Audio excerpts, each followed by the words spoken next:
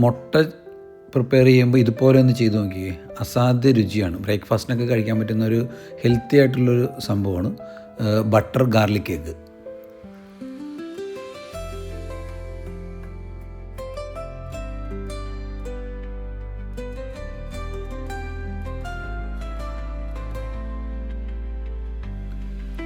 ഇതിനായിട്ട് ഞാനൊരു 6 മുട്ടയാണ് ഞാൻ എടുത്തേക്കണത്.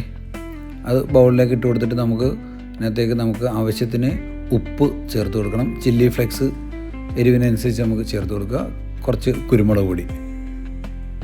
ഓക്കെ, ഇതെല്ലാം ചേർത്ത് കൊടുത്ത് പിന്നെ അതിനകത്തേക്ക് നമ്മൾ ചോപ്പ് ചെയ്ത് വെച്ചേക്കണ ഗാർലിക്കും കൂടി ആഡ് ചെയ്ത് കൊടുത്ത് നല്ലോണം മിക്സ് ചെയ്തെടുത്ത് പാൻ ചൂടാക്കി പാനിനകത്ത് ബട്ടർ ഒഴിച്ച്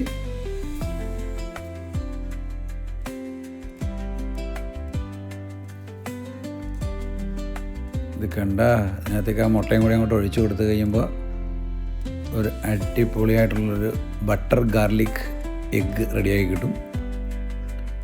ഇതൊരു ബൗളിലേക്ക് മാറ്റി വെച്ചതിന് ശേഷം നമുക്ക് ഇതിനു വേണ്ടി നല്ലൊരു സോസ് നമുക്ക് റെഡിയാക്കി എടുക്കണം.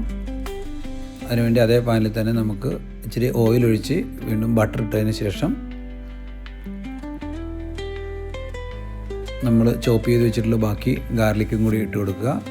നല്ലോണം ഇളക്കി കൊടുത്ത് അതൊന്ന് മൂത്തതിന് ശേഷം കുറച്ചുകൂടി ചില്ലി ഫ്ലെക്സ് ഇട്ട് കൊടുത്ത് വീണ്ടും ഇളക്കിയെടുക്കുക. ദെൻ നമ്മൾ 1 സ്പൂൺ കോൺഫ്ലവർ വെള്ളത്തിൽ കലക്കിയതിന് ശേഷം അതും ആവശ്യത്തിന് ഉപ്പും കൂടി ചേർത്ത് കൊടുത്ത് ഇളക്കിയെടുക്കുക. നല്ലൊരു ക്രീമി ആയിട്ടുള്ളൊരു സോസ് നമുക്ക് റെഡിയാക്കി കിട്ടും. ഈ സോസ് നമ്മൾ നേരത്തെ പ്രിപ്പയർ ചെയ്തിട്ടുള്ള എഗ്ഗിലേക്ക് ഒഴിച്ചു കൊടുത്ത് രണ്ടും കൂടി മിക്സ് ചെയ്ത് നമുക്ക് കഴിക്കാവുന്നതാണ്. ടേസ്റ്റി ആയിട്ടുള്ള ഒരു സൂപ്പർ അടിപൊളി ഹെൽത്തി ആയിട്ടുള്ളൊരു ബ്രേക്ക്ഫാസ്റ്റ് നമുക്ക് കഴിക്കാൻ പറ്റും. Okay, see U.